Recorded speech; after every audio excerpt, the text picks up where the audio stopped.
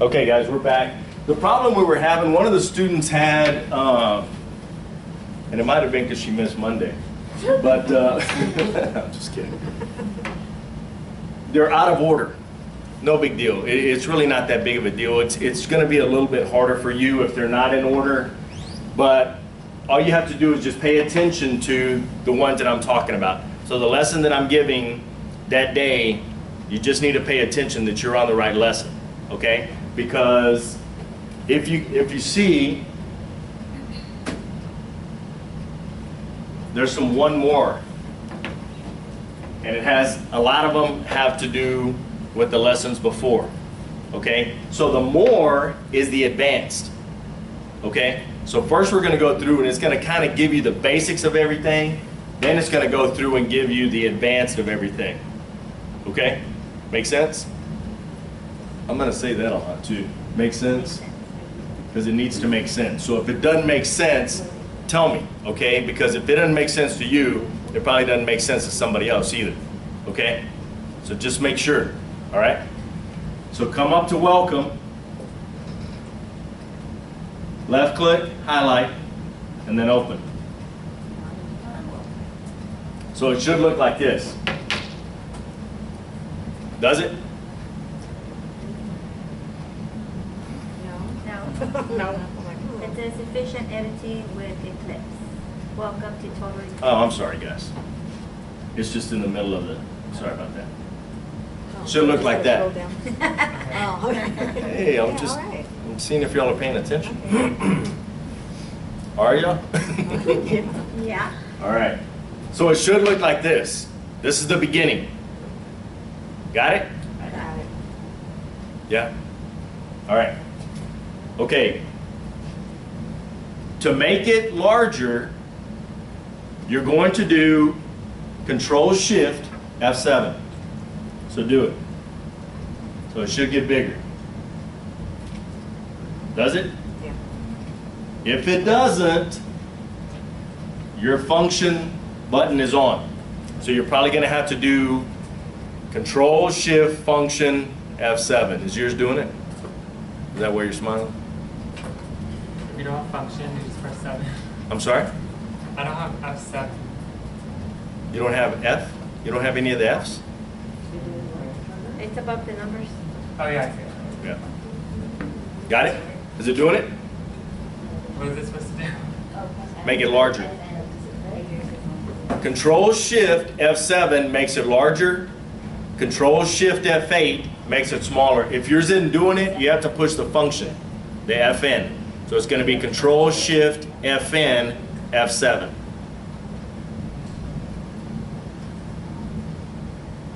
Is it doing it? You can make it bigger if you want. Yeah. And that's what it's supposed to do. F7 is larger, F8 is smaller. Okay? Got it? Okay.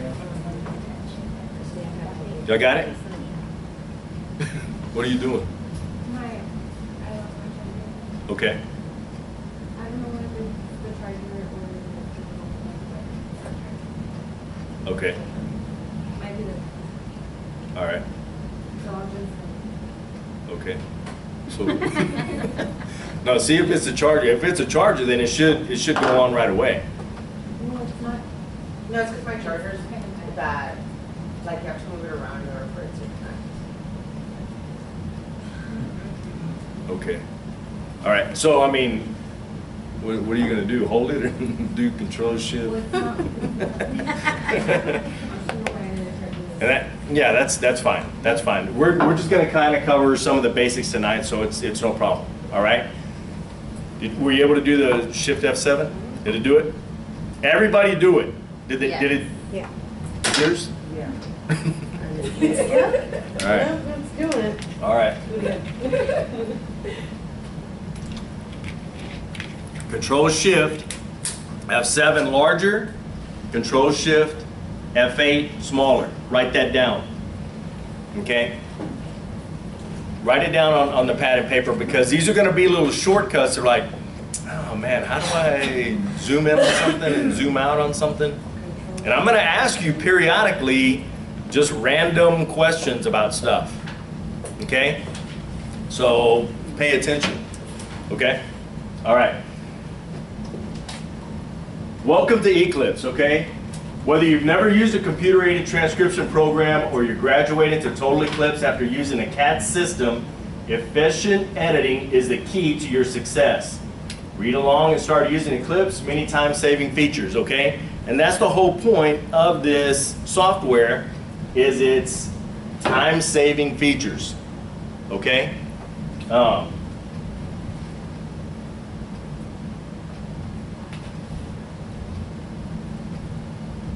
Okay, to use this tutorial, you'll need 3 things. You'll need to read, watch, and do.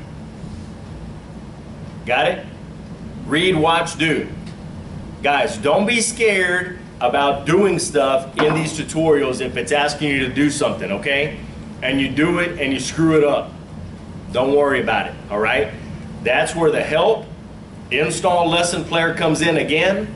You go in, you're in the Class A welcome, whether it's Class A welcome, whether it's word endings, whatever.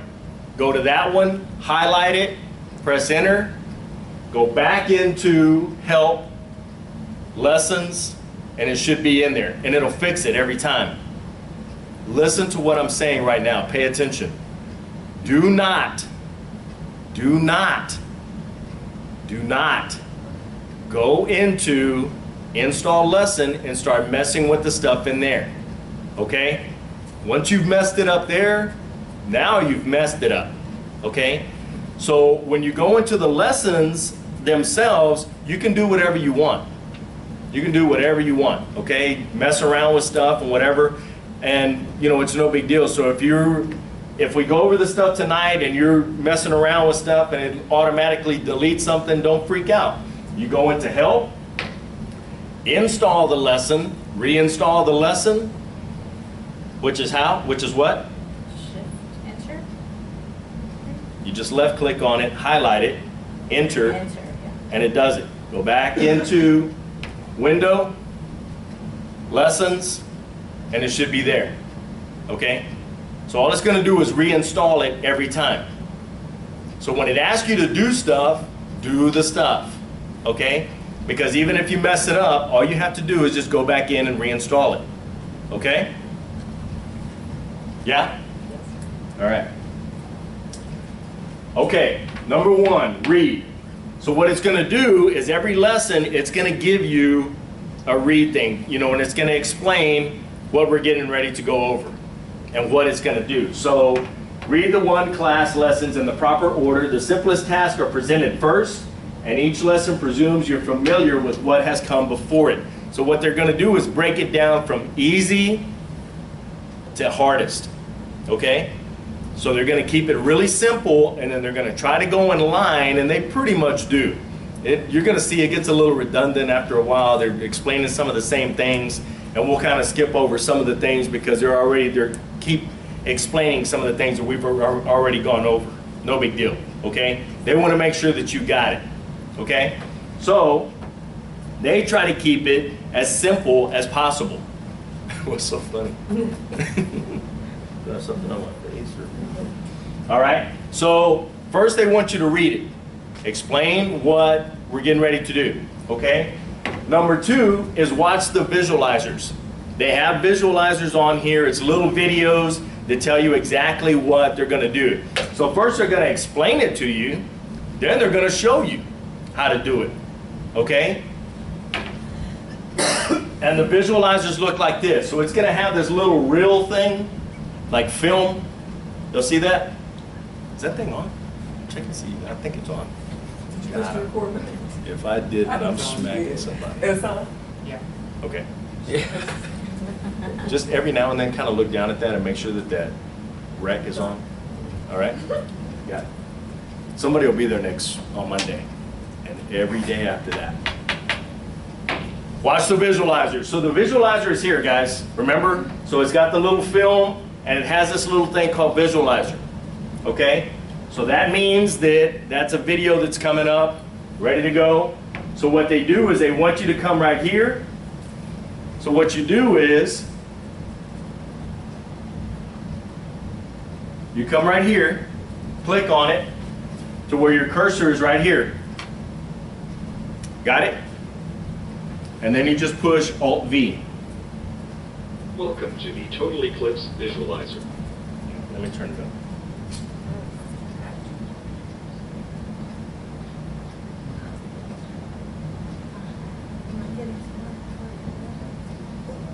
Nope, mine didn't do it. Mine Imagine that. didn't. Mine didn't do it either. Huh? They didn't come on. Here's Okay. Guys, pay attention right now. There it is. Welcome to the Total Eclipse Pay Visualizer. attention, guys. Turn those off real quick. The visualizer is a set of more. You can press the space bar. The space bar will pause it. Okay? Okay, so what you need to do is put your cursor right here on here. Anywhere in here. Click on it. Like this. Yeah, you have to click on it. Yeah, you have to left click on it. So just left click on it and then push Alt-V. It's asking me how do I want to open this file. Fast. Now. Hurry. Movie, TV, photos, player media, Windows media, or look for the app in the store. Do it through the Windows Media. Windows media. It should be Windows Media.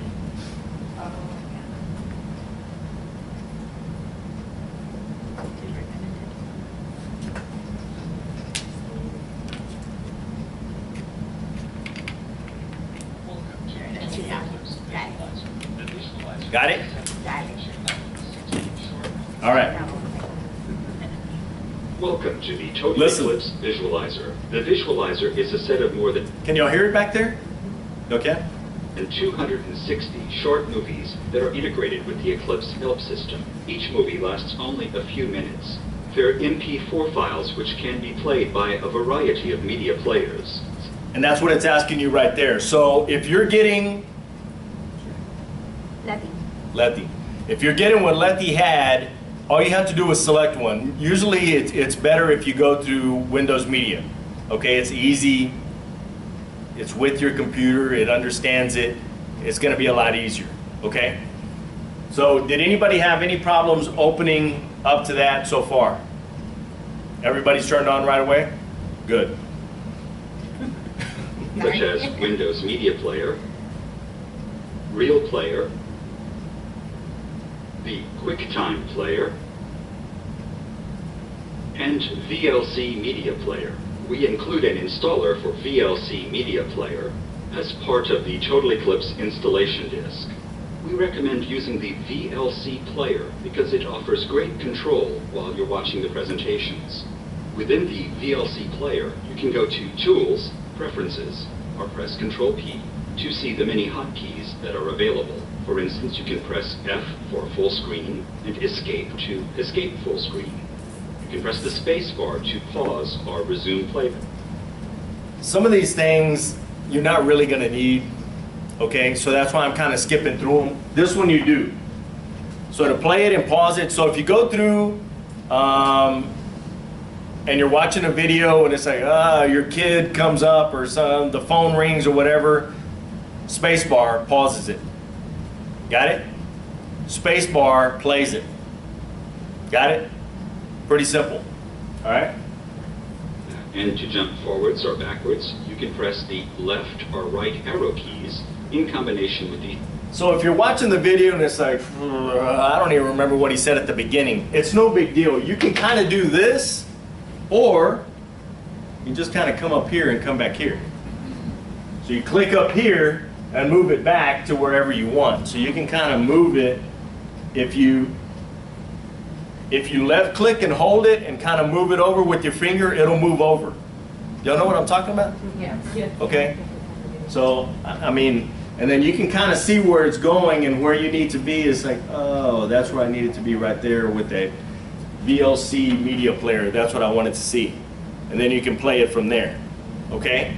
So if you need to move it, all you do is just kind of click up here, or put your cursor up here, left click, kind of move it with your finger. Okay?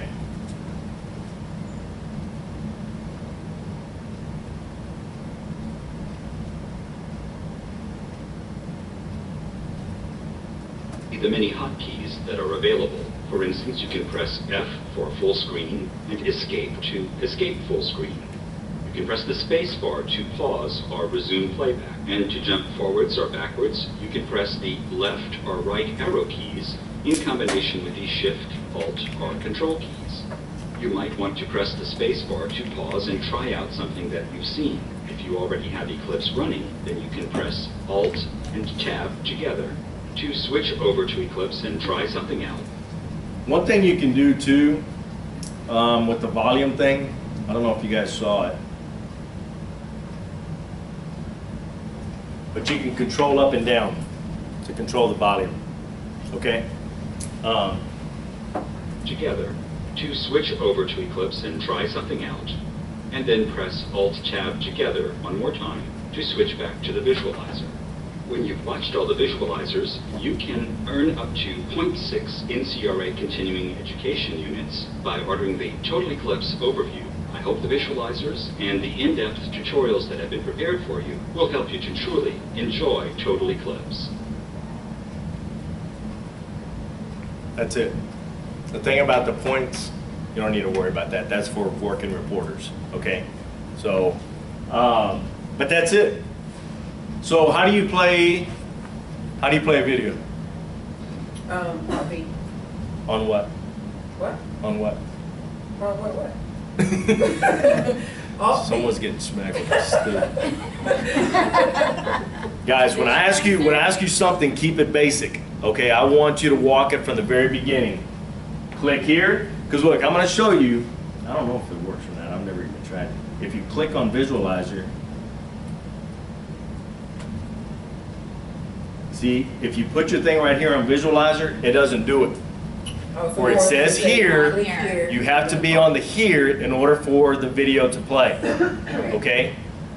So don't freak out when you go to Visualizer and it's like, God, it's not going, because you were asleep, not paying attention during class, okay?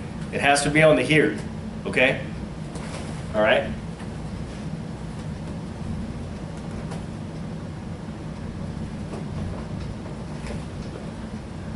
So that's how you play the visualizers.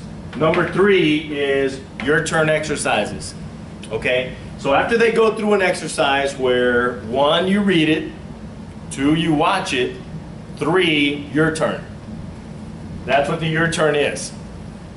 They're gonna have little exercises for you to do what we just went over, what we just covered, okay? So that's the number 3.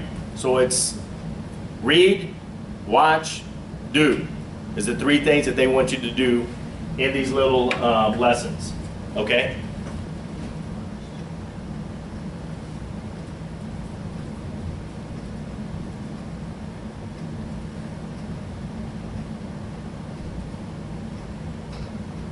Okay, so what we were talking about earlier when we were loading the lessons is this. Each lesson's open up with essential information.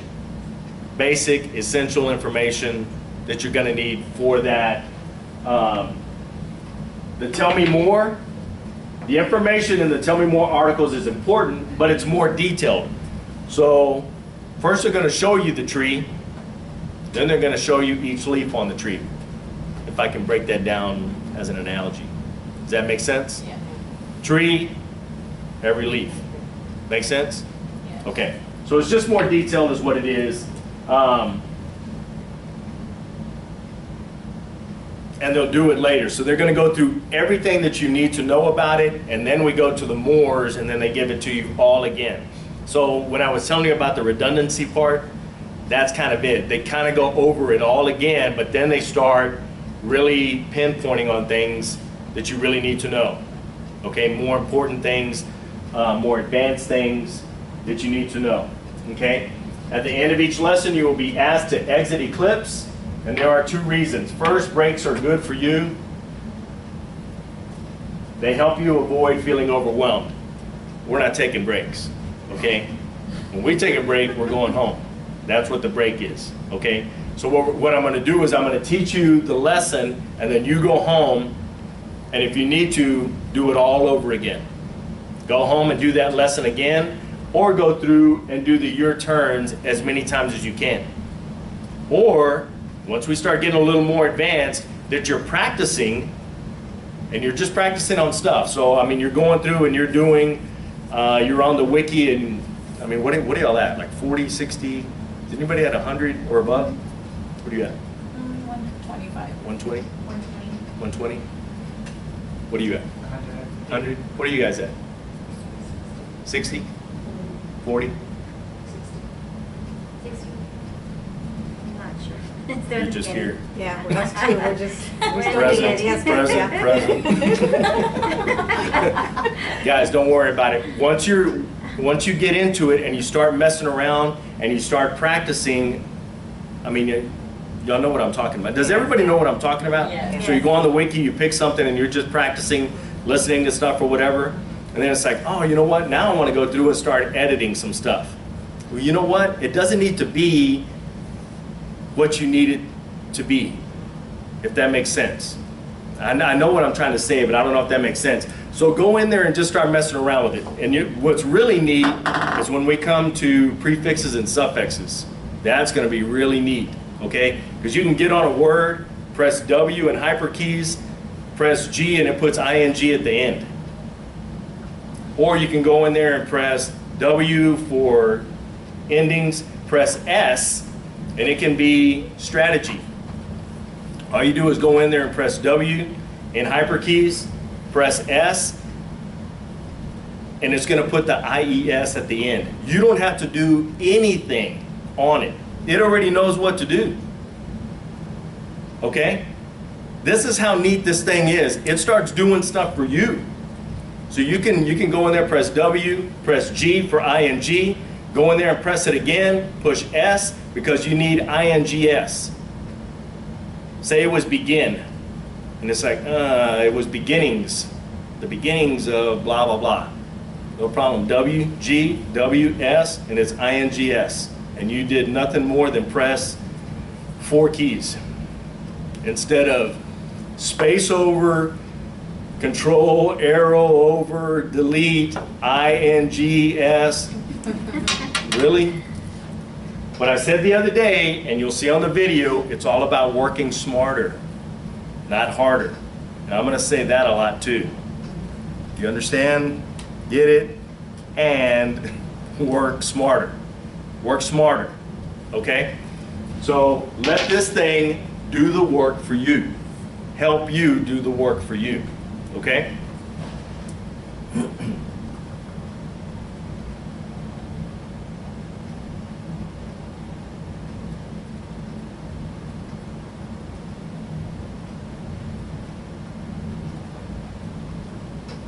Okay, the thing about Eclipse is they try to keep the letters in order to what you're doing, except for this, okay? This will be one of the ones that it doesn't. I don't know why they do this, but it's for output. So in order to print from Eclipse, you don't have to escape, do a totally different file out in order to do it in Word or whatever. You can print straight from Eclipse. You can print straight in the document. So say you want to print right here and you want to print this whole document, you press Alt-O, this comes up. That right there. And that's your print mode. Right there. Everybody do it. Alt-O. Come up? Okay. It has all of this different stuff, and we're going to go through it individually and more in depth, okay? So I'm just trying to tell you some of the smaller things or whatever. So what it's always going to do is it's always going to give you all. But you can do, guys, any of a number of things. It's actually pretty neat what you can do. And it's probably, I mean, if you guys work on computers now, it's probably about the same, you know, that you do in anything else, in Word or whatever, okay? So,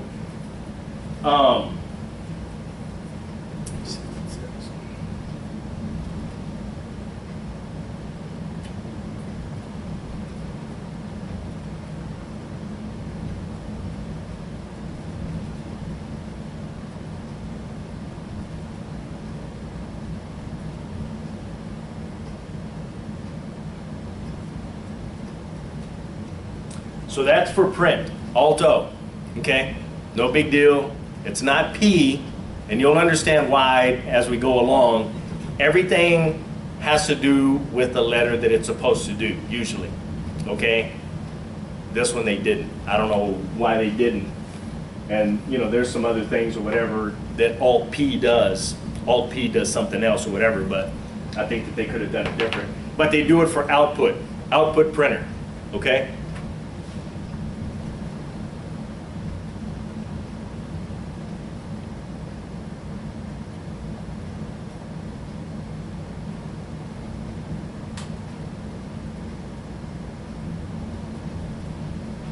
Okay, I didn't bring it today, and I'll bring it on Monday.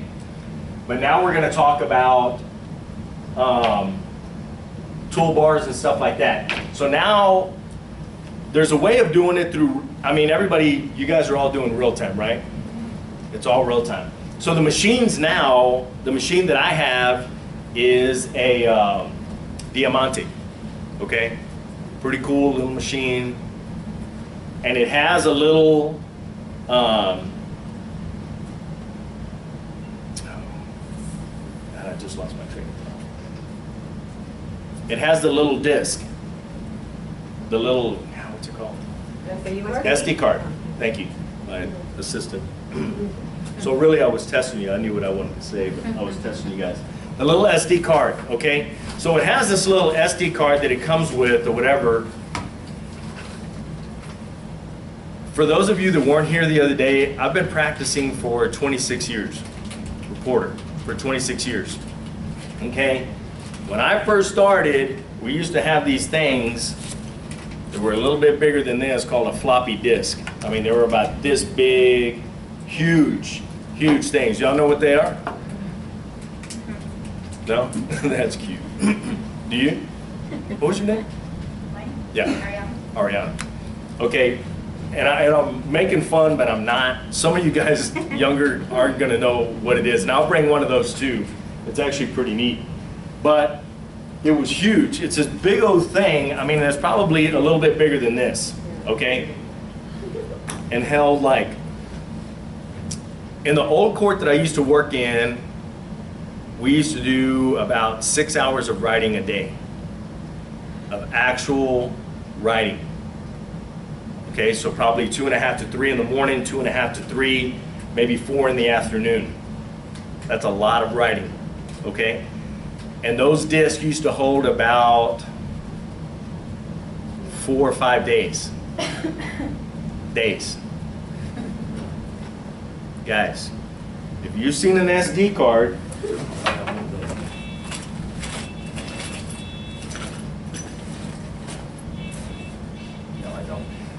I mean, you guys have seen the SD card like that. I buy the 32 gig and it holds about 1.5 years worth of stuff on 6 hours of stuff a day.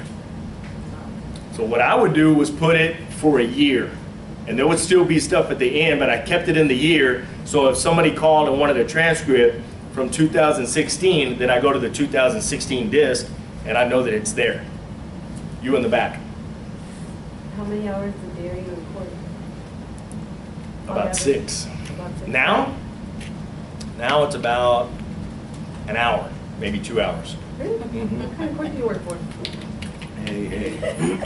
When we get off, I'll tell you.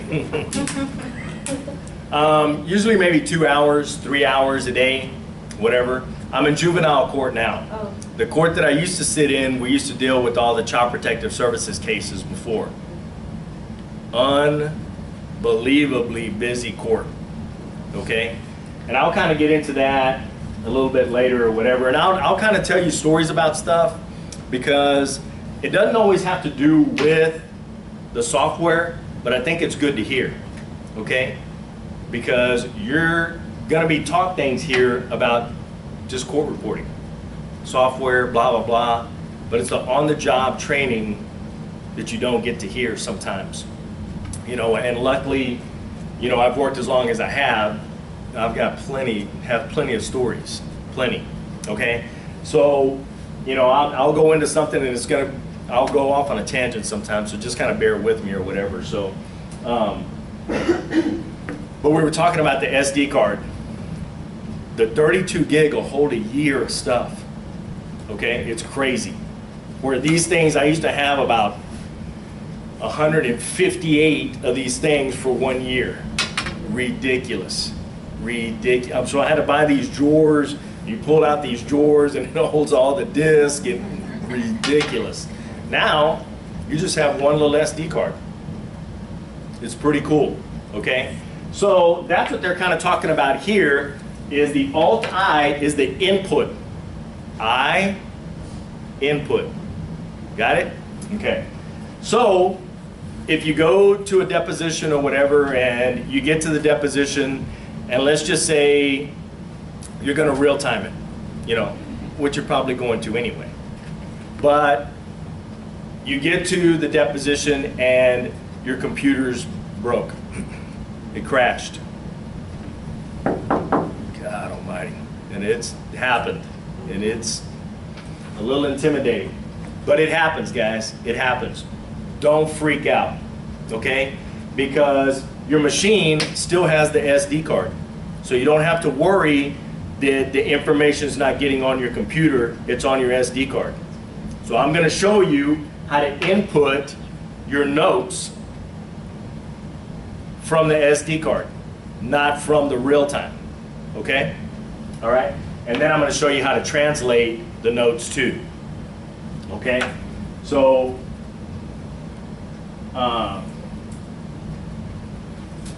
right now we're going to talk about the toolbars and the info bar, okay? Which they're going to tell you is this, okay? And you'll see mine is this, and you'll see why, okay? Pay attention. So how do we start the visualizer? V. Click on here. Click on here. Yeah. Were you listening when I said? Click on here, and then Alt-V. But can you hear it? Is it okay? I'm going to jack it up, so if it's too loud, let me If you're know. a mouse lover, you'll appreciate the many icons that are built. Hey, you want to teach a class? No, I don't mind. If you're a mouse lover, you'll appreciate the many icons that are built into Total Eclipse. I can hear back. So let's see how to arrange the toolbars to meet your needs. You can pull down the window menu to customize your toolbars. You can select large icons or small icons, but we'll show you how to do this in a separate visualizer. For now, let's open the dialog that lets you toggle on. I don't know why it's not doing it. Usually the space bar. What? Use a space bar. Lead by example. There's a space bar right here. Just a second. I don't know why it's not doing it on this visualizer, but anyway, you go to Windows. So what I'm going to do a lot of times is I'll let it play the whole thing. You listen to it, and then I'm going to go back and then I'm going to nitpick on some of the things. But you know, sometimes it's just easier just to stop it and explain to you right then. So I think that's what I'm going to do too. So if you ever want to change your toolbars, you just come into Windows. So you can do it right now. Go into Windows, or not, just sit there. I mean, my toolbar is already customized. Go into Toolbars, go into Windows. Do what I'm telling you to do. When you teach a class next semester, then you can kind of do whatever you want. Or whatever, but, okay? That's going to show you the different things that you can do. Okay? And it's going to go in depth and it's going to explain to you how to change it. But I want you to kind of come in here. Guys, the reason I ask you to do it is because much like working on this stuff later, tonight, tomorrow, on the weekends, whatever, the more you do it, the more familiar you're going to become with it. Okay? So that's why I'm asking you to do it. Okay? So just do what I... Quit arguing with me and just do what I tell you to do. So click on Windows and you come in here. Or off the various elements of your display. The speed key for this dialog is Shift Control F3. So the cool thing about this thing too is you can go into any of these things right here. I'm kind of getting ahead, but I'm going to explain something pretty basic to you. Is you can come into any of these things: tools, format, block, edit, move, production, And what it's going to do is it's going to give you the option of what you want to do right here. So what I want to do is I want to view my toggles. Your toggles are these things up here. Okay? So I want to view my toggles. This is the shortcut. So you don't have to come in here. So if you're in Eclipse and you automatically want to change your toggles, all you have to do is Control-Shift F3. So it always kind of tries to give you a shortcut of the thing that you want to do. So if you have a shortcut over here, which you can see Switch Utilities doesn't have one. Okay? It has the capital U. So if you're in HyperKeys, you can do the capital U. And I'm going to say capital because you'll know once we get into it, once we get into HyperKeys, you're going to see that small letters do something and capital letters do something totally different. Okay, so that's why I'm explaining it to you this way. Okay, so this gives you the shortcut. So if you want to display your properties, it's Control-Shift F11. Full screen, just F11. Okay, does that make sense? Here you'll find checkboxes to turn on the various toolbars of your system, and there's also a Okay, so go into Windows, go into View Toggles. Remember what you have right there. Remember what you had in the beginning, okay? Which is probably just the one. Is that what you had? Okay. And go into View Toggles, which will bring you to this. Pay attention. And just click these little things right here and see how it adds to it. You see? See how it's doing it? Yeah, you can do, God, I mean, and you'll see why. It's a little redundant, but you can do it this way. So you can click them all of them, okay? Or way to turn off all the toolbars if you want to make a little extra space. so if you want to make a little extra space, you can go into Windows, View Toggles. Keep it simple, lady. View Toggles, all off, takes all of them off. So do it. Windows, View Toggles, off. Got it? Go back in there, Windows, View Toggle, 1. And just press the first one. So that's probably where you're going to need to be right there, is just on 1. The speed key for turn off all toolbars is Shift Control F2. So Shift Control F2 turns them all off. Did you just hear that? Okay, so you don't need to go into Windows, View Toggle, all off. You don't have to do that. If you can remember that it's F2. What was it? Control Shift F2? Shift control. Hey. The View Toggles dialog is also where you control the appearance of the info bar. Control F2. The View Toggles dialog is also where you control the appearance of the info. It was Control F2. Control F2. So say you're in a job and you want to turn them all off because you want to make more space. Control F2 will turn them all off. Okay? Bar. This is the display column at the left edge. Pay attention to this, guys. Pretty important. Dialog is also where you control the appearance of, if you want to make a little extra space. The speed key for turn off all toolbars is Shift Control F2. The View Toggles dialog is also where you control the appearance of the info bar. This is the display column at the left. So where you can come in here to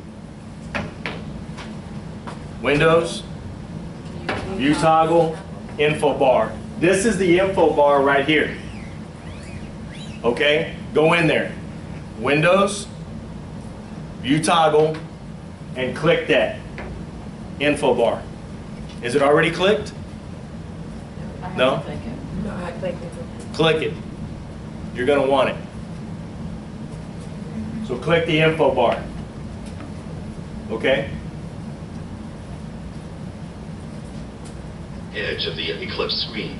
Here is where AutoMagic choices appear most typically. So as you move your cursor, I would click AutoMagic 2. So if you're in it, click it. If you're not, go in it and click it. AutoMagic. You'll see why later. It's on? Everybody has it on? cursor from word to word, Eclipse offers you the most likely editing choices. Did you hear what it said? And it's going to explain it to you later. But what AutoMagic is like when you're going through and editing, when you're fixing your document, every time you click over to another word, it's going to give you the choice of something else. So it's going to say, did you mean to put that, or did you mean these 6 other choices? So the more you use this software, the more that it knows what you're doing. That's the brilliance of this thing, is that it gets to know what you do individually, how you write, what you're correcting, what you've corrected before, and when you go back to correct something else, it's going to say, well, last time you corrected it with this, is this what you want again? And you'll see why, okay? Does that make sense? Yeah. It'll make sense later, but that's what this AutoMagic is it gives you different options for everything. It's pretty neat with numbers. Because like on numbers, like say you wrote 2, TWO, okay? Well, I need the number 2 there. All you have to do is look over here, which is where the AutoMagic is. So the info bar is this when you're in here, okay? This is still considered the info bar, okay? So it's still the info bar, but depending on where you are, it's gonna have different information. Does that make sense? Yeah. So really you're not in a transcript, so it's just kind of giving you basic stuff right here. Do you want to go into settings? Do you want to read notes, translate notes, real time, open a text, go into your dictionary, file management, convert, and even help topics, okay? Where there's shortcuts right here. Pay attention, guys, okay? There's shortcuts right here. So the good thing about the info bar is when you come over here, and you're going to see later as we go into more stuff, that it's going to have shortcuts for different things that you do, okay? And you'll understand more once we get into it. What you need to do, shortcut to do it. Got it? You can, however, also display AutoMagic choices in a small pop-up window. We'll show that in a separate visualizer. Also, the visualizer that is specifically about the info bar will show you how there you can see translation statistics in real time. So this right here is when you go into and you're in real time. Okay? So say you go into a job right now, you're hooked up, you're ready to go for real time, whatever. You want your translation stats, you want auto briefs, and you want waveform display. Waveform, you're not going to need it. Waveform is when it's recording. Okay, so if you're recording, the way that they do it now, and it's actually pretty neat, is that I hook a separate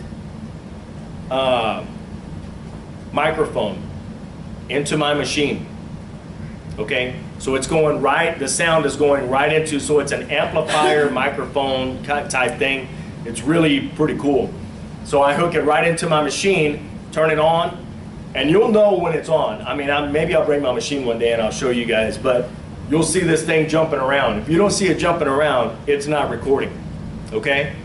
And you'll know from that, and they'll show you on this thing too. So if you click these things, it's gonna bring up a little box in your real time, and it's going to show you how many what your translation stats are and what your auto briefs for these things are. It's actually pretty cool. Okay, it'll tell you how fast you're writing. It's pretty cool. Okay, and it'll kind of get into it a little more in depth later. Time, as well as an audio indicator and auto brief suggestions to make it easier to write.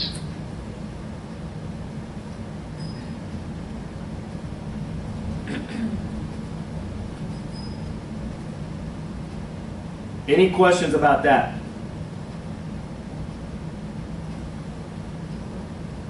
None? Kind of a lot of information in there, but it's kind of basic stuff that they're going to go over later, so it's not that big of a deal, okay? So that was explaining the toolbars, okay? Which is, Windows. Toggle. and then whatever you want to do, okay? I'm going to go into this right now, and then I'll go into it again on Monday, okay? Because it's kind of important, but they'll explain to you kind of what.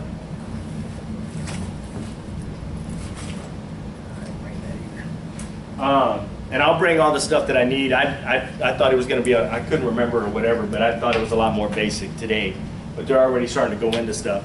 So now we're going to go into read notes. You don't really need this if you did the job in real time. Okay? Pay attention to what I'm telling you.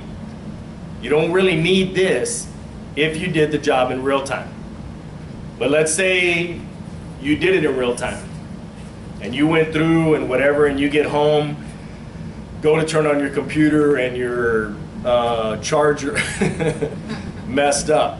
So it messed up your computer. Totally crashed your computer. Well, your job's on that computer. Well, it's on the disk too. It's on your little SD card too.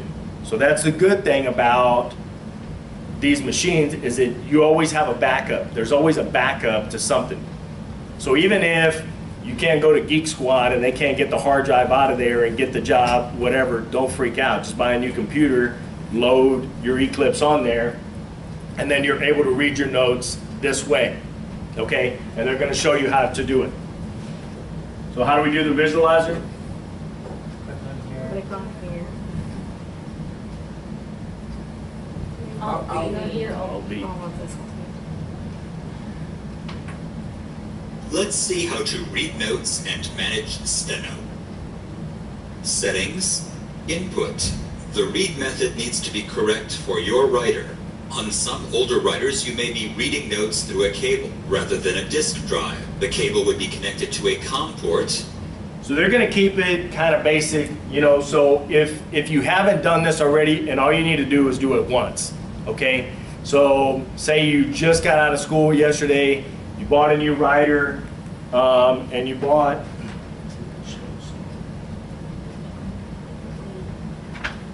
Reading notes through it. you know, and say you bought the Stentura 8000. If you did, you messed up. Because this one is really old. Okay, that was the reader that I bought. The first one that I bought was the Stentura 8000, and it was. So you see some of the other ones. They have the Passport, and some of the other ones. I don't know. I don't have the Diamante, but I mean whatever. So I mean you go in there, pick whichever writer you have, and then you'll probably have to call tech support because to figure out the COM port of which one you need. Okay, and they'll explain that to you here in just a second. Cable rather than a disk drive. The cable would be connected to a COM port. That's what they're talking about. The COM port is where your cable goes in. Okay, so it's going to be your little USB or whatever. So you need to know which COM port it's going into. So you need to check the correct COM port on your computer. More typically, your notes are coming off of a floppy disk. Inserted. That's how old this thing is. They're talking about the floppy disk. You know, that. You won't need that, okay? But now they have, you know, whichever reader you have.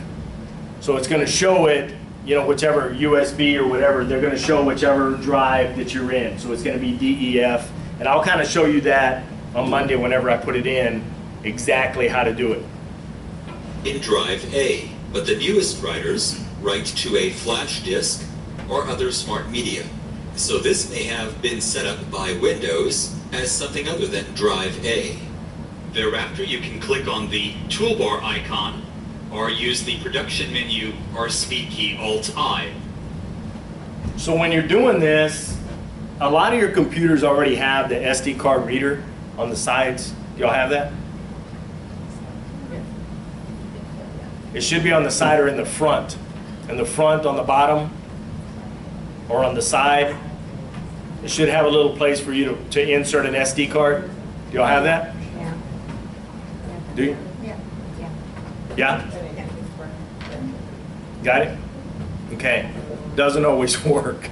Okay. Oh, God. Well, and I'll show you the little tool that I bought to where it works with all of them, just about all of them, okay? And it has the different size little readers for the different size SD cards. No big deal. You guys probably know what that is already. If you've taken pictures, a lot of the cameras have the SD cards, so it has the different size SD cards.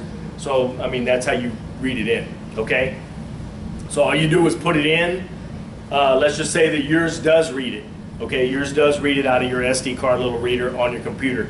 Put your little SD card in there or whatever, and you're going to do Alt-I for input, but it's read notes. So it's input notes, read notes. Remember I told you they try to pick a letter that coincides with what you're trying to do? Well, that's what you're trying to do is input notes, okay? Alt-I. Okay, do it right now. Try. If you're just in, you should be over here in the Eclipse, just a little Eclipse thing, not in the tutorial itself. And just do Alt-I and see what it does. Does it do anything? I pulled up a little window. Let me see if it'll. Says read notes. Mine don't say read, well, it say read notes, but, oh, maybe it's. So this is what it's going to do, guys. So I'm in the little lesson or whatever, and I push Alt-I. This is what comes up, okay?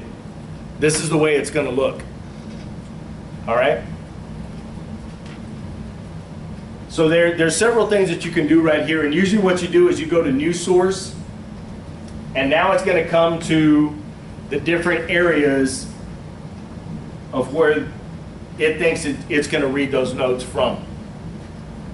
Does this make sense? Yeah? Yeah? Okay. So it's trying to look for the right drive of where you inserted anything to where it's going to read it from, where it needs to read these notes. And that's what it's looking for right there. You select it, it'll open it, and then it'll give you like all kinds of dates right here. And I'll show you on Monday, whenever I bring mine, of what it looks like. I'm not boring you, am I? You all right? Okay. And it'll show you what it looks like. So what it's going to do is the file name is usually going to be by the date, okay? And usually it's going to be like, I'm trying to think of what the setup is. I think it's like 2017, 01, 09. So what it is, it's January 9th of 2017.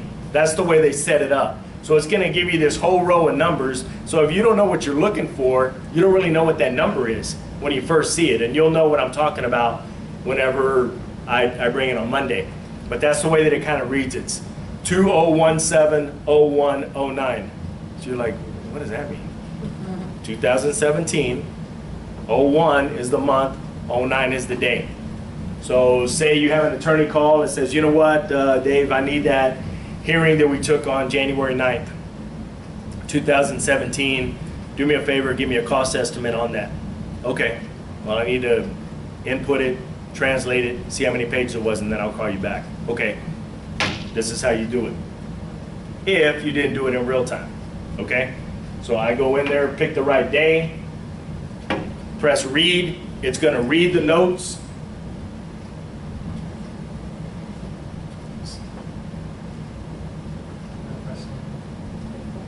Yeah. So you have to take the SD drive out of your machine, put it in the laptop, and then you input it from your SD card? Yeah. Okay. Yeah. If you didn't write it real time that day. Okay. Does that make sense? Mm-hmm. If you wrote it real time, then the job's already on there. On your computer. It's already there. So say you're sitting in court that day and you just took 3 hours worth of testimony on a case. Okay? It's the only job you've done that day. If you sat in my old court, no. You would have done about 15 other cases with it. But whatever. So I'm going to show you how to break down the different cases the way that I do it. And then you can kind of do it however you want to or whatever. Let's say you go to a deposition and you take a 3-hour deposition of somebody. Usually you get about 40 to 60 pages in an hour. So let's just say we'll do a happy medium with 50. So it's 148 pages. Okay? So the attorney comes up to you and says, oh man, that was long.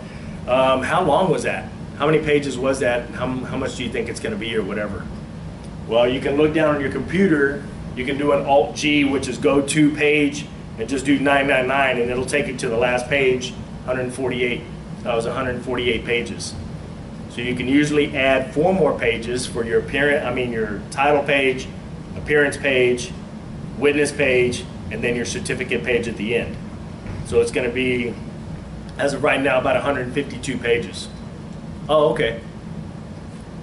So that's how you're going to do that. Okay? Does that make sense? Yeah. All right.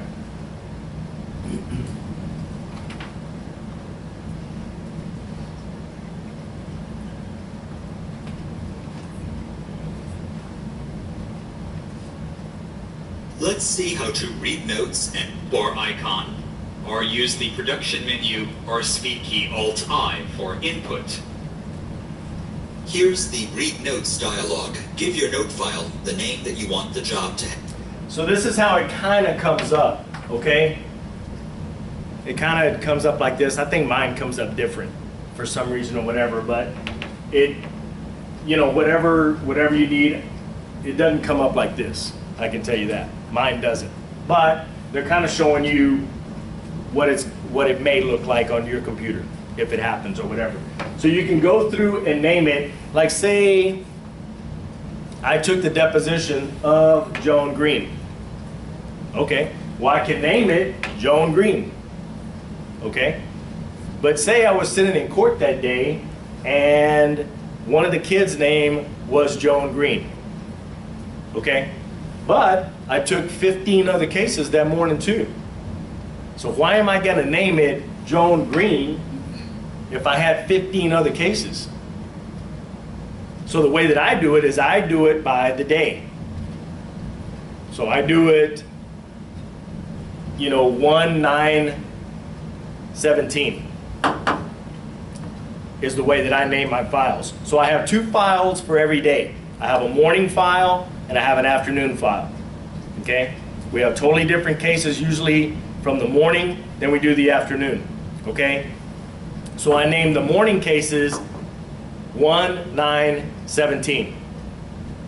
Well, say an attorney comes up and says, you know what, Dave, I need you to check that that case from the 9th, January 9th, 17, but it was the one in the afternoon. It was a permanency hearing for the afternoon. Okay. Well, now you don't want to name it 1/9/17 because that's what I named the morning files.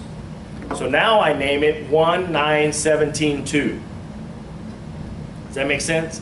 You can do it however you want. That was easiest for me because I knew if the date, the year, had a 2 on it, that it's the afternoon.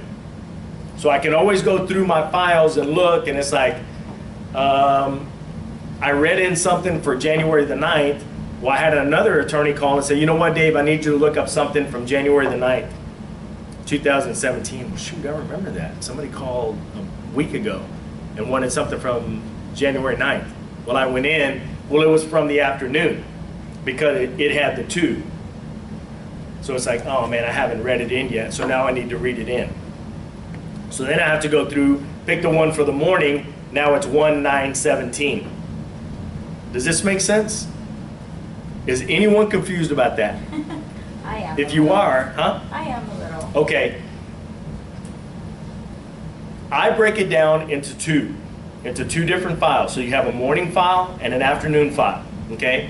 So attorney called me that day after the hearing or whatever and said, hey Dave, I need that hearing from this afternoon. Okay, so I input that job, read it in, give him a cost estimate on how much it's going to cost, blah, blah, blah. 2 weeks later, attorney calls, hey Dave, I need something from the Joan Green case that we took on the 9th in the morning.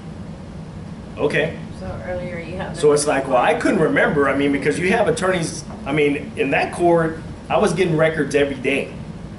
I mean, there was nothing to be 12 to 1,800 pages behind at any given time. I mean, where people are ordering transcripts and you're cranking these pages out, 1,800 pages behind? You know, so you don't remember, yeah, somebody called on the 9th, yeah, I remember that or whatever. Where you go through, and because I mark 1/9/17 for the morning, 1/9/17/2 for the afternoon, okay? So what it's gonna look like, I know it looks kind of crazy, and I'm just gonna do it just to do it. I don't even know if they can see it here, but it's gonna look like, it's gonna be 01, 09, 17, and then 01, 09, 17, 2. Okay? Well, he just told me that it was for the morning. Okay? So I need the 01, 09, 17. Okay? Because I need the one in the morning.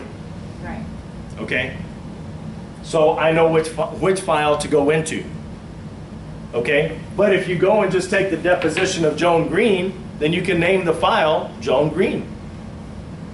It's the only deposition you took. It may not be the only deposition you took that day, but all you have to do is press end and it starts a new file. So say you're taking the deposition of 3 different witnesses, you don't have to make it one file. You can make it Joan Green, John Doe, John Bustamante. Okay? So you have your 3 files because you clicked end every time and you made a different file. So now you can individually name those files. Now if you were a ding-dong, didn't end the file and put all 3 depositions in one, now you have to go through and mark it and put them into a totally separate file now, each individually. But all you had to do was just push end on your writer and it makes another file. You see what I'm saying? Smarter, not harder. All right? So this would be a time where you could name it individually and not by the day. There's an end button on our writers? Yeah, usually where the on and off. Oh, never mind. I But- don't have that. I don't have that. I have paper stuff. That's why. Yeah. Okay, does any, oh, well, your writer's different. Yeah. Yeah, so maybe I'll bring my writer one day and then I'll show you where, you know, it says on and off when you first turn it on, and then once you start writing, a whole different set of functions comes up. So now it's end. So now you press that button, now it's not gonna turn it off, it's just gonna end the job. And it's like, oh man, we need to go back on the record on that one. No big deal. These writers have it now where you can go back into that file and open it up where you were. So you don't have to make 2 separate files now, you just go back into that file. Does that make sense? Yeah. All right. Now, if you like to scope notes before the job translates, Eclipse can automatically open the note file for you after reading in your steno. As for the New Source button, it's handy when you have additional notes to read from a different source than the one you usually use. Here I'll use the Note Preview window, and So they have different things that you can do. You can do a note preview where you can view your notes. It's like, well, I don't know. Usually, and you know, like when you first start, it's totally different. You know, you just kind of do whatever the attorneys say.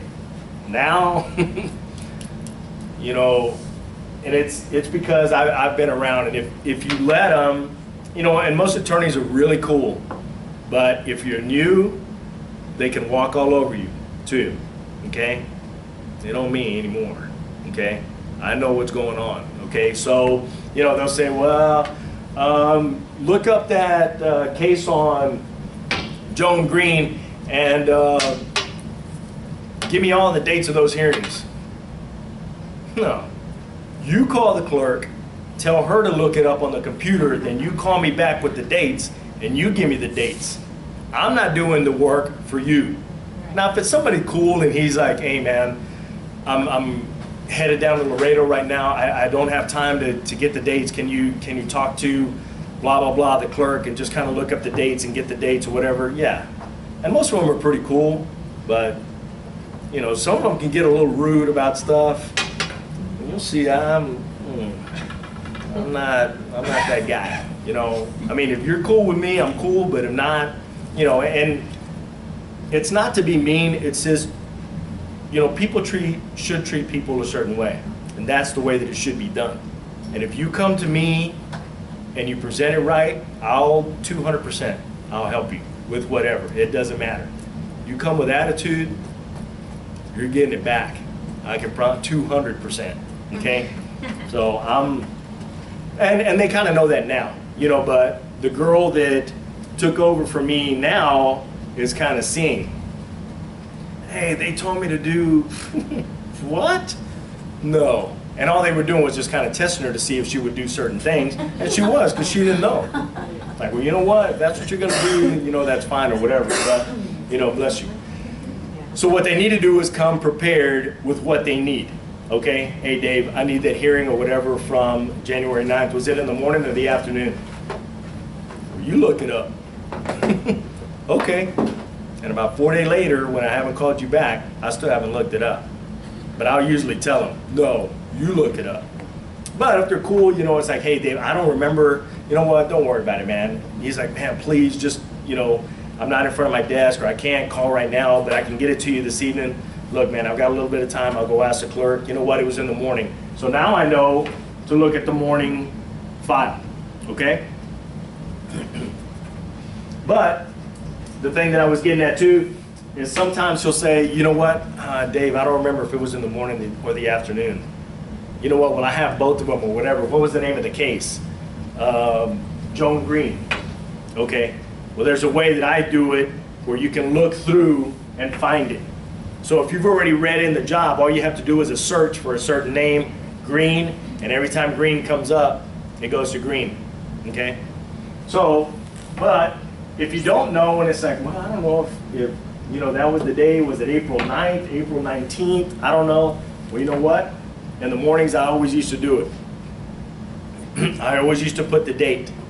And it kind of puts the date on there anyway. So if you have it correct on your machine, it automatically kind of puts a date. But like in there, you know, I would kind of warm up in the mornings and I would always do the date.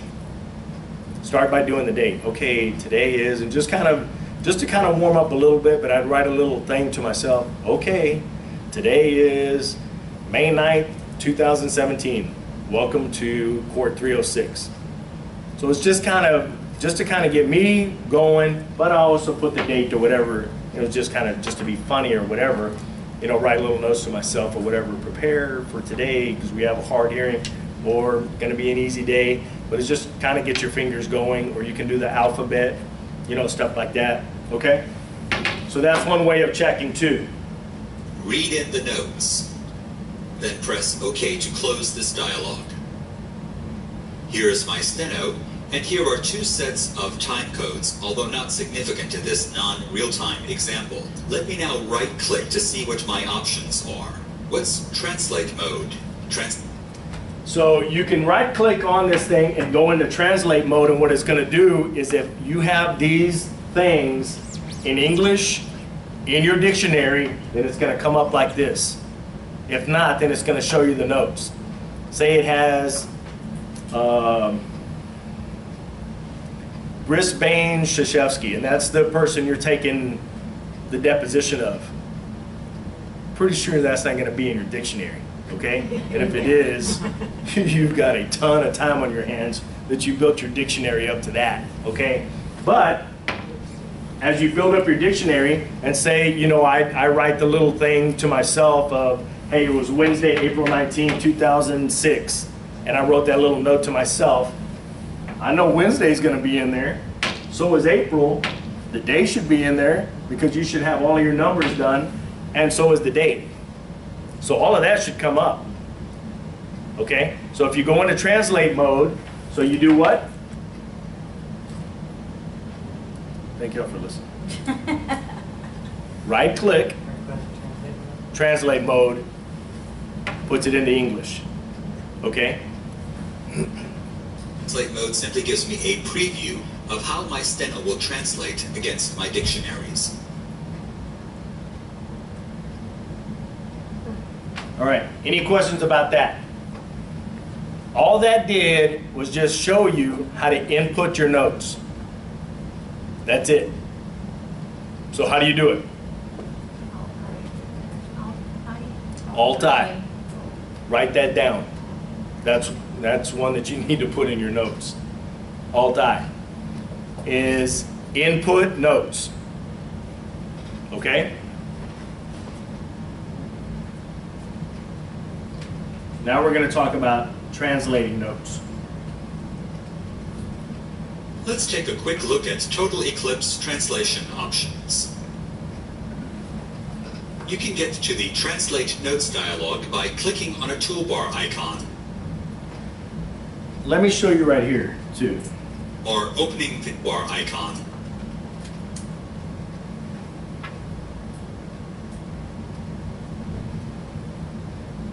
Log button.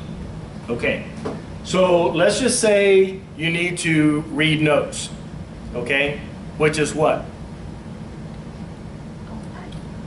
Is the same person going to answer every time? All right, Alt-I, guys. But let's just say, you know what, God, I don't remember how to input notes or read notes. That's one of your icons. Read notes. Okay, it's also going to be up here probably like in file or production. So go into like file, go into production. I think it's under production. You see read notes, and out to the right it says what? Alt-I. Okay, so if you ever forget, there it is right there, or there, or just remember it's Alt-I. You're probably not going to forget. All right, got it? So it's kind of the same thing with what they're talking about right now, which is translate notes. Okay? So if you forget, there it is right now. If not, it's Alt-T. Maybe you can teach your class. By clicking on a toolbar icon or opening the production menu. And there it is right there. Production, translate, read notes, Alt-I, Alt-T. Okay? Translate T. Input I. Okay? Or using the speed key, Alt-T. Use the Notes button to select a steno file that... Okay, so now what they're going to do is now you want to select what you want to translate. Okay? That's what I want to translate. Okay? Remember, they just call me. We need the file for the morning. I select that. Say it's Mike McCorkle you just took the deposition of. Select it. that you have already brought in from your writing machine. By default, the system will presume that you want the text file to have the same name. So you see what it's saying right there? So it's going to name the job what you named it. Does that make sense? So after the job, when you read it in, let's say you named it Mike McCorkle. Now it's going to stay Mike McCorkle because this is the notes. That .not is the notes. .ecl is your Eclipse file. That's going to be your main file. Okay, so your ECL is your Eclipse file. Okay? But you can certainly give your text file any name you want. There are two now. So you can go back and rename the file if you want to. Did you just see that? Did you see that? What was your name in the back? Valerie. Did you see that?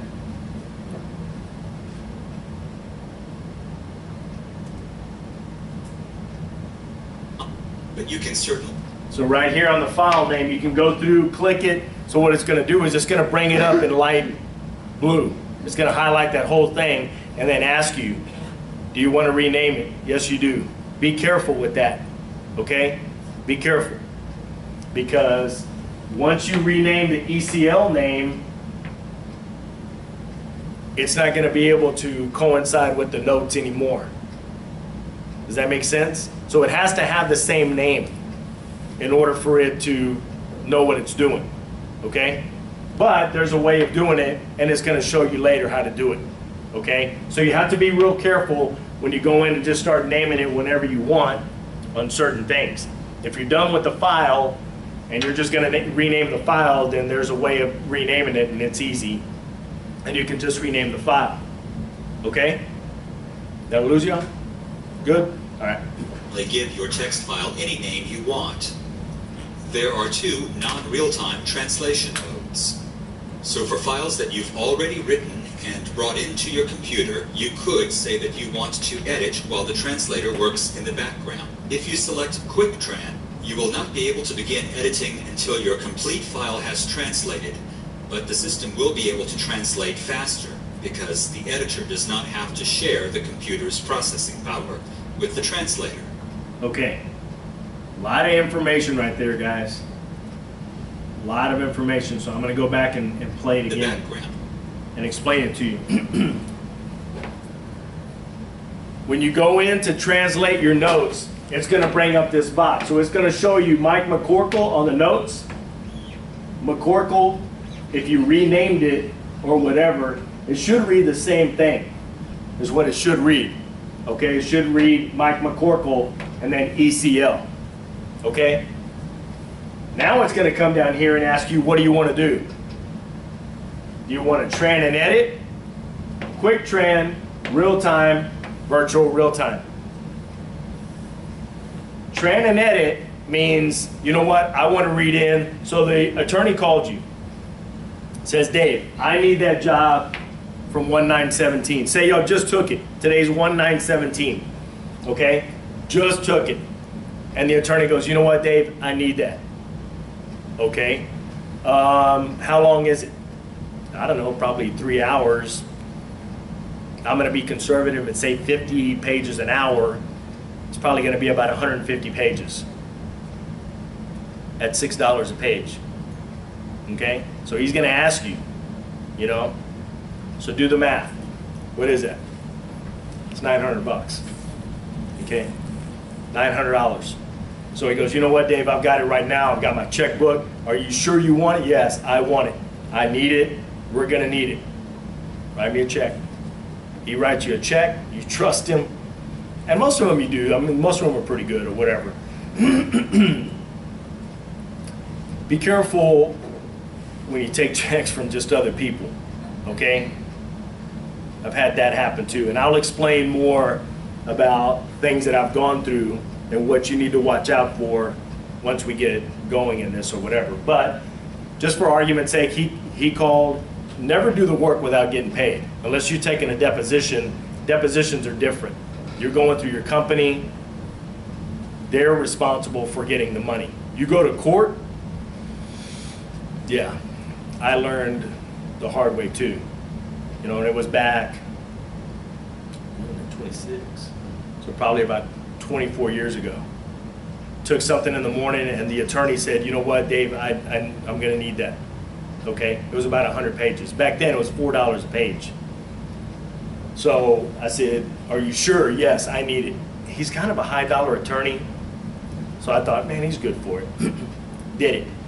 The whole thing. Called him. About 2 or 3 days later. Hey, Mr. So-and-so, the transcript's ready. I need a check for $400. This is why I'm telling you this. Pay attention. He goes, Dave, we settled that case yesterday. I'm not going to need that transcript after all. Okay. $400. Bring me the $400. You asked me for the transcript. I got you the transcript. It's ready. We settled the case yesterday. I'm not going to need the transcript after all. Well, you asked me for the transcript. Okay. We kind of got into a little disagreement, but I wasn't going to sit there and argue with the guy. It was my fault. It was. So he said, you know what? Let me call my clients and see if they still want to pay for it. Why would you want to pay $400 for something you're not going to use? He calls back and he said, they don't want it. He didn't even call back. He had a secretary call me. Mr. So-and-so doesn't I said, you tell Mr. So-and-so to call me. He didn't. So I was out $400 and probably about 5 hours of work. Hard lesson to learn, you know, but when you don't really know and you're just out, you know, I'm telling you guys because no one told me this when I got out. You know, it wasn't until after that some of the reporters, I was talking to some of the reporters that worked at the courthouse, and they're like, oh yeah, you need to get money up front. Where were you 3 days ago when I could have used that intel, you know? But it was a hard lesson learned. It is what it is, you know, but, you know, like I worked, what was that? No, that we're gonna put in our notes, ask for money up front. How? That's one thing you need to write down. So, I mean, I worked in a certain court for the last 22 years. I just switched over this year. So it's the same reporter, I mean, the same attorneys that used to come in every day. So I know the ones that I can trust and I know the ones that I couldn't. And the ones that come in there all the time and the ones that I can get my judge on if, you know, something doesn't happen. So, you know, this attorney came and asked me, he said, hey, Dave, I need this. I knew you was good for it, but I'm telling you what you need to do when you don't. But he was good for it, so I said, look, man, this is about how much it's gonna be, about $900. Do it, whatever, I need it. Okay, so you get it, come in here. You already know that he wants it. He's already told you he wants it. You're gonna have to do it, so let's get to working right now. No sense in doing a quick tran. A quick tran is when you press quick tran, it's gonna translate the whole job and you don't get to go in there and start working on it until it's done. It takes a few minutes. You know, for a 150-page job, it's probably gonna take 7-8 minutes. You know, 5-6 minutes. But what it's doing is it's reading everything into English that it has in your dictionary. Okay, so I mean, it takes time to go through speaker identifications, what you wrote, punctuation, whatever you wrote, it's putting it down from your dictionary, okay? So that's what it's doing, quick tran. Tran edit, I know he wants a job. I need to get going now. So what it does is it's going through and editing, but now you can go through and start working on it. It's gonna take it probably on 150 pages, maybe about 15 minutes, 12 or 15 minutes to edit that whole job. But it's going slower because it's allowing you to go through and edit the job while you're tranning the job. Tran means translation. It doesn't mean what you know, thinking. Translation is what it's short for, translation, okay? So translation and edit, okay? So you're able to edit the job, start working on it. This would probably be good to write down. Or not, whatever y'all want to do. This is good. This is good information right here. Unless you took it real time, then it's already in there. You don't have to worry about it. Automatically start working on it. You already know how many pages it is. But if it's not, and say he calls you and says, hey Dave, I need you to look up that job and I need to know how many pages it is. Give me a cost estimate. I need that today. No problem, man. I'll go back there right now. You know, we're done for the day. I'll go back there, read it, and I'll call you, you know, as soon as it's done, okay? So then you want to do a quick tran. You don't need to edit it because you don't even know if he wants it.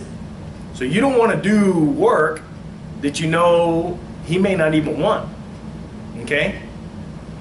Smarter, not harder, okay? You know what? I'm 95% sure I want it, but I'm still not doing it.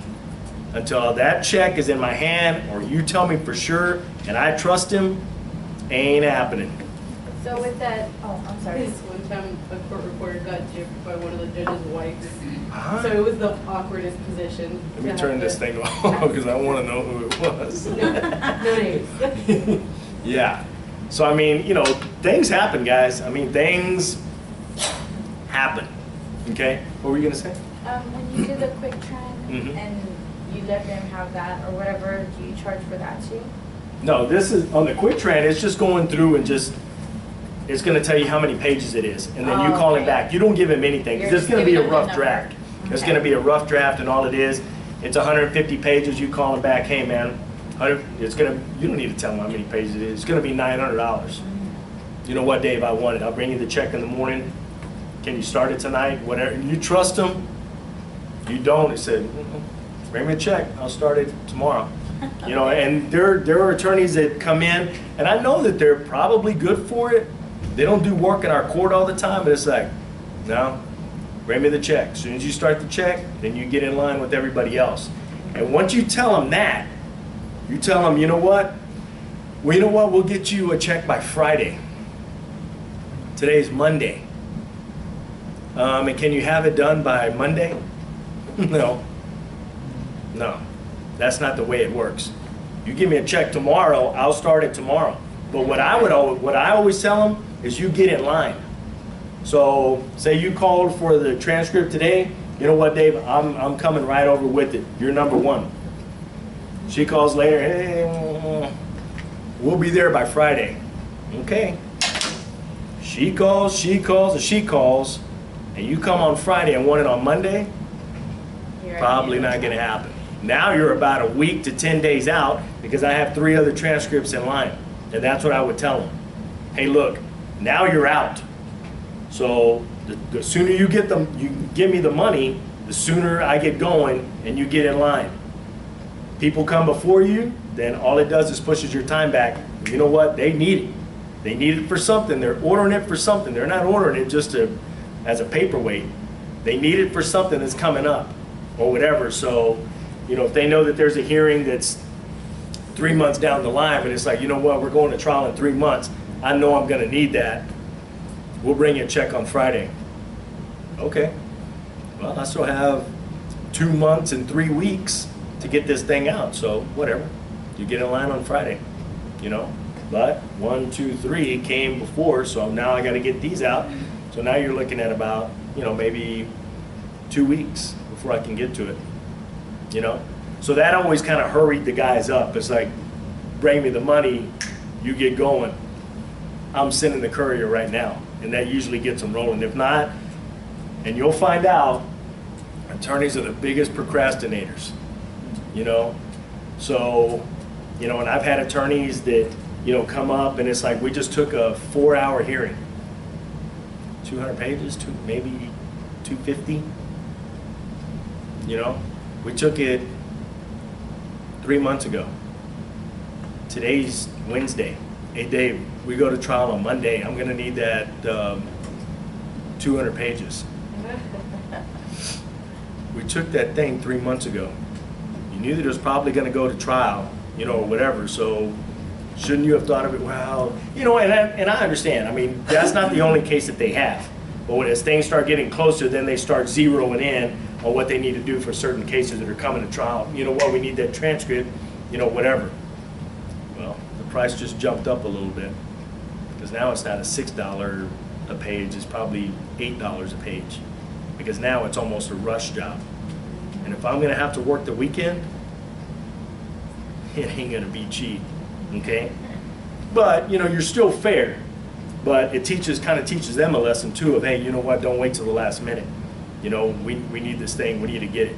You know, so that's kind of the way it works, okay? And I kind of got off on a little tangent, but I think it's good that you know this because you're not gonna know when you get out.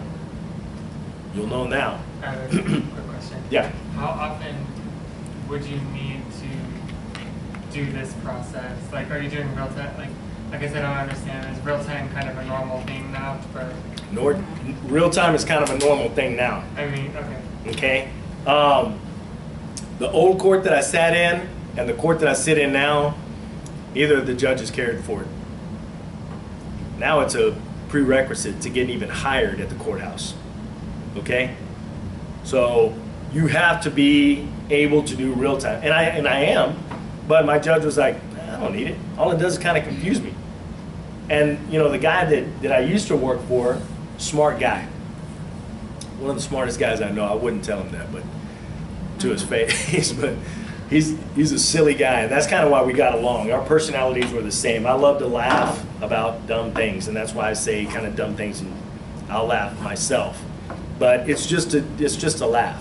You you know, and that's the way that I feel most comfortable. He was kind of the same way, but he's like, you know, I don't need that. I'm trying to listen to the thing, you know, and you got to read and, oh, no. So he never wanted real time. I did it for myself sometimes, but then it's like, you know, I got to take my computer out every day and take it back and whatever. But if I knew that it was a case that, you know what, hotly contested, either way that it goes, somebody's going to want this record, I'll take it out there and I'll do it. I'll do real time, and you'll see that, you know, when you're doing real time, you want to do a good job. So now you're really paying attention to what you're doing and writing a little, trying to write a little cleaner or whatever, you know, whereas before, you know, I'm just writing, you know, no big deal. I'm going to be able to read it. It is what it is. But, you know, when you're doing real time, the job's already there. But if you're taking stuff every day in court, bless you, and you're doing real time, now it's on your computer. So everything is on your computer now, every day. And you're writing 6 hours a day, and everything is on your computer.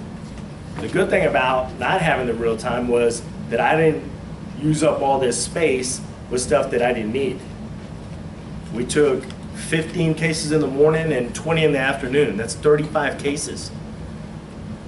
And there may not be one person that calls for one of those cases in that day. So you used up that whole day of space for something you didn't use.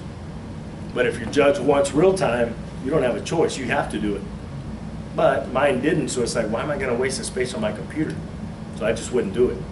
Prerequisite now to even getting hired down at the courthouse is having real time and knowing real time, okay? So that was the quick tran and the tran edit. Y'all know the difference now? Tran edit is what? Lets you edit. Quick tran is just quicker. It's gonna go quick. Quicker, doesn't allow you to do anything. Tran edit allows you to start editing because you know that guy wants that job, okay? If you select Quick Tran, you will not be able to begin editing until your complete file has translated, but the system will be able to translate faster because the editor does not have to share the computer's processing power with the translator. After translation is finished. So this is what it's going to show you. You had this many entries, 10,000 entries, okay, on a 57-page job. It's about average, I guess. You know, it seems like a lot, but that's 10,000 entries that you got on 57 pages, which was probably about an hour. You'll usually get about 40 to 60 pages an hour, depending on how fast they talk. I've done stuff where it's been 70 to 80 pages an hour, and they were getting it. I mean, you worked that hour, and it was working. All right? So, and it'll tell you how many untranslates you had. So stuff that you didn't have in your dictionary that didn't come up and translate. So it's going to give you all the percentages, how many conflicts you had, how many selected conflicts it already did, and the total number, you know, whatever. So it gives you a percentage. So that's what it tells you at the end. This is really more of what you're worried about, how many pages it was, okay? Finished. This statistics dialog will open. You can press the Enter key to close the dialog and begin editing your document.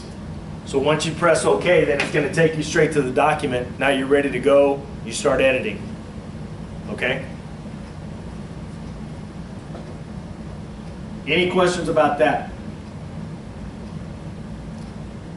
A lot of information right there on the tran and the edit. I mean on the input and the translation.